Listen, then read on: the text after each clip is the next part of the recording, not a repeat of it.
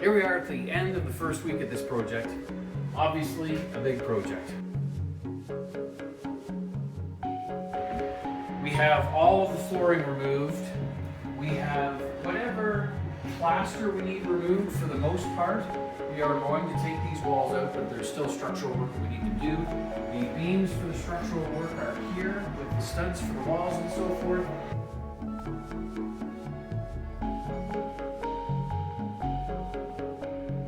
We've taken out the chimney, which has taken us literally 3 days to take the chimney out. It was such a difficult task to do, but it is all gone, thankfully. 2,700 kilograms of cement to the dump.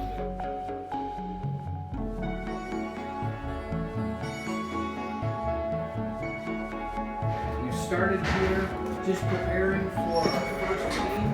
We have the cuts in the floor just sort of started. We have some electrical and so forth to deal with.